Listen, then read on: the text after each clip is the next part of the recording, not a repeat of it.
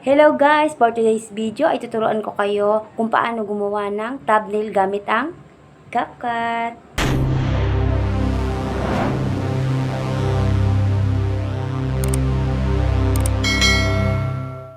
First step ay pupunta tayo sa CapCut app. Kung wala pa kayong CapCut apps, ay download muna kayo sa Play Store. Click New Project.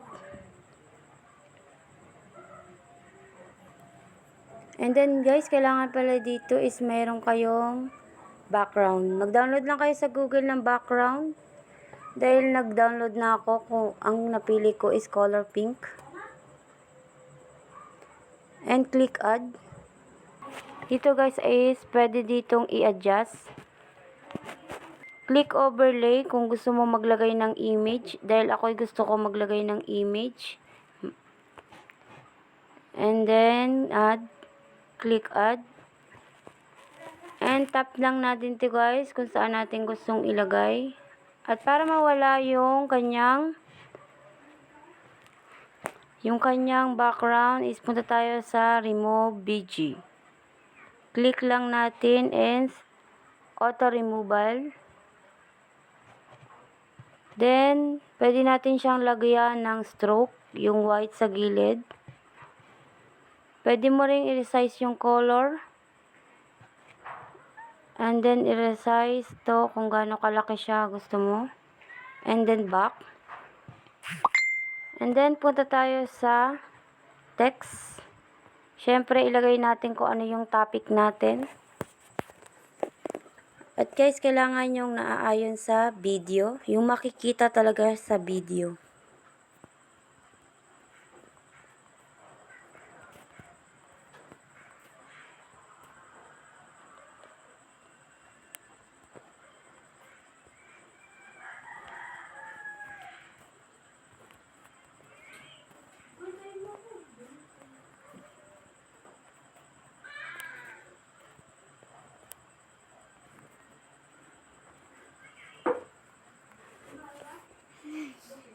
And then guys, pwede nating baguhin ang font.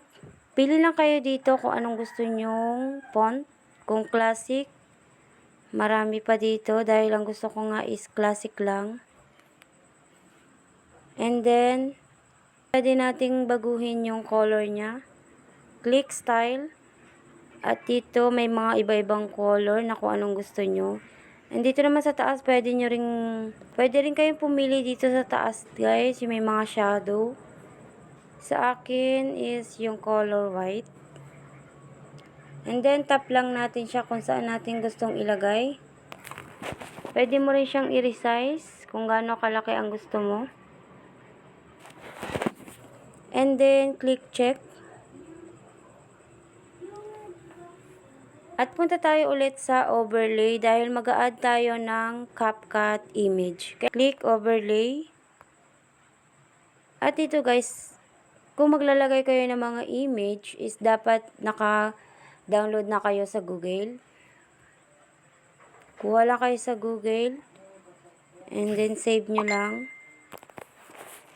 And i-resize lang natin to guys. Ayan. At para matanggal naman yung background guys, punta kayo ulit sa remove. And then click nyo yung chroma key. And dito guys, makikita nyo yung may bilog sa mismong ano.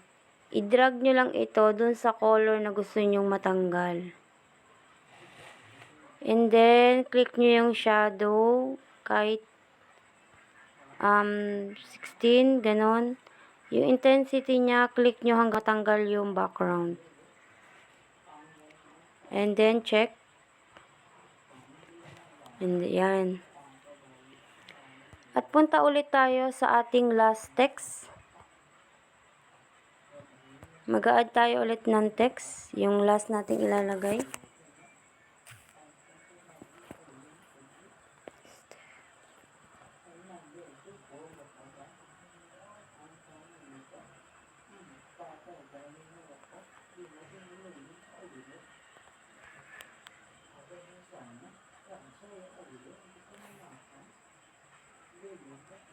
Ayan, check lang natin again. And dito is itap nyo lang kung saan nyo gustong ilagay. At pwede nyo guys ayus-ayusin kung paano mga gusto nyong ayos.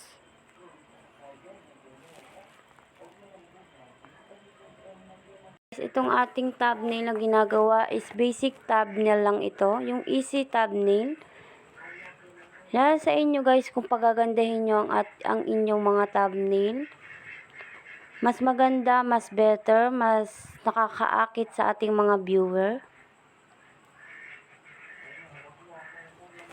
Ginawa ko lang pala to guys na basic, yung madalian para lang ma-share ko lang sa inyo kung paano gumawa. And then, yan, tapos na tayo. And click nyo lang guys yung save. Yung may arrow pataas. Click nyo lang ang save. And wait lang natin. Then, click done. Click natin sa ating photos. Ayan, nandito na nga. Punta naman tayo sa YouTube.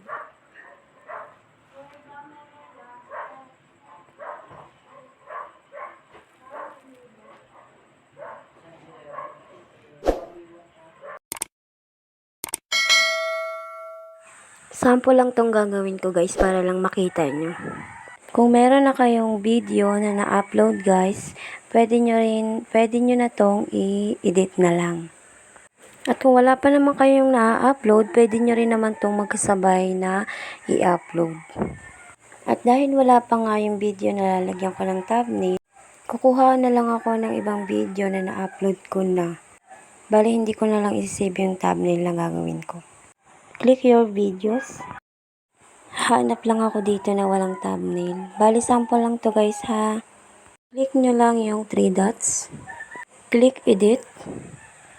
Then, may makikita kayo na bilog sa ating videos. Click nyo lang yan guys. Click nyo lang yung custom thumbnail.